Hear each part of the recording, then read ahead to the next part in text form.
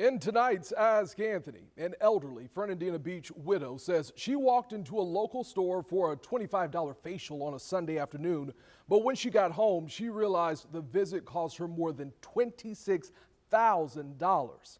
Ashamed and embarrassed, she didn't tell anyone what happened. Her daughter found out about the expensive encounter and contacted me for help. She feels her mother was misled into buying the pricey products.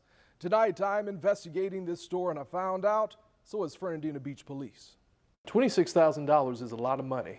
When she saw the receipt, she was devastated. She didn't want to tell anybody.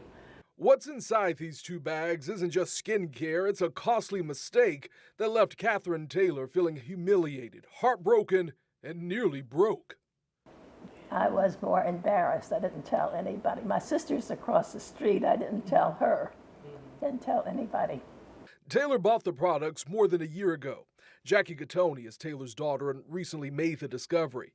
She feels her 84-year-old mother, who lives off of Social Security, was taken advantage of by employees at a store called B&Co on Center Street in Fernandina Beach. After finding out what happened, she tried to return the products herself. I have made repeated attempts to get her money back. Phone calls. I've gone into the store several times. But she's had no luck getting all the money back. Her mother was able to get a refund of about $4,500 to her credit card the day after it happened. They said, anything else we refund you is really going to hurt the salesperson's family. It's like taking food out of their mouths. Gattoni gave me a copy of the receipt. Her mother was charged $9,000 for a product called Genesis Z, $5,500 for something called Sapphire X, and a total of $10,000 for a, quote, phylothermal collection. I Googled Genesis Z and Sapphire X and learned these are medical devices that claim to use light therapy to tighten and smooth skin. Sure enough, they cost thousands of dollars, but Taylor claims she was not aware of the prices, nor did she agree to buy them. Well, I was being shifted around, and I didn't realize, what was happening. Gattoni contacted Fernandina Beach Police. In a police report obtained by Gattoni, several people, mostly over the age of 60, all had similar allegations of aggressive and deceptive sales tactics. A couple on vacation from Massachusetts told police they were offered a product sample by an employee and taken inside the store.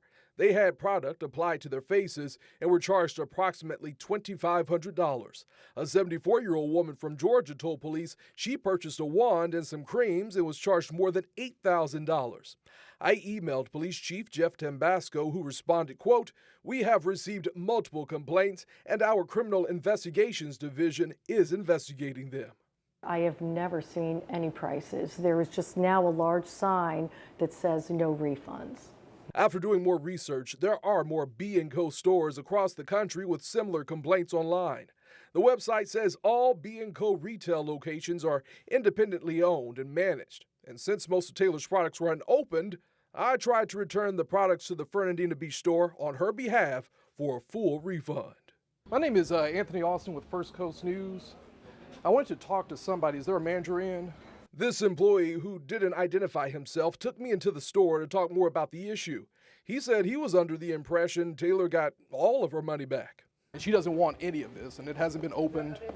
He told me the employees are transparent about the sales process and that there is a sign at the front counter that mentions all sales are final and there are no refunds. I brought the bags back to Gattoni and her mother. I look at my mother and I see how upset that she was that this happened to her. I mean, she felt stupid. You're not stupid. So when you visit the company's website, there's no phone number, just an online form. That's what you see here scrolling next to me. That's what you fill out. So I actually sent in a request for a comment, but I have not received a response. And while I was at the store, an employee handed me a number for someone who said was a manager. I called, a woman answered, identifying herself as someone in customer service. She promised to look into my concerns, but that was days ago and still nothing. So my advice tonight, never give someone your credit card without reviewing the charges. And if this does happen, dispute with your credit card company as soon as possible. Has this happened to you? You can email me at askanthony@firstcoastnews.com.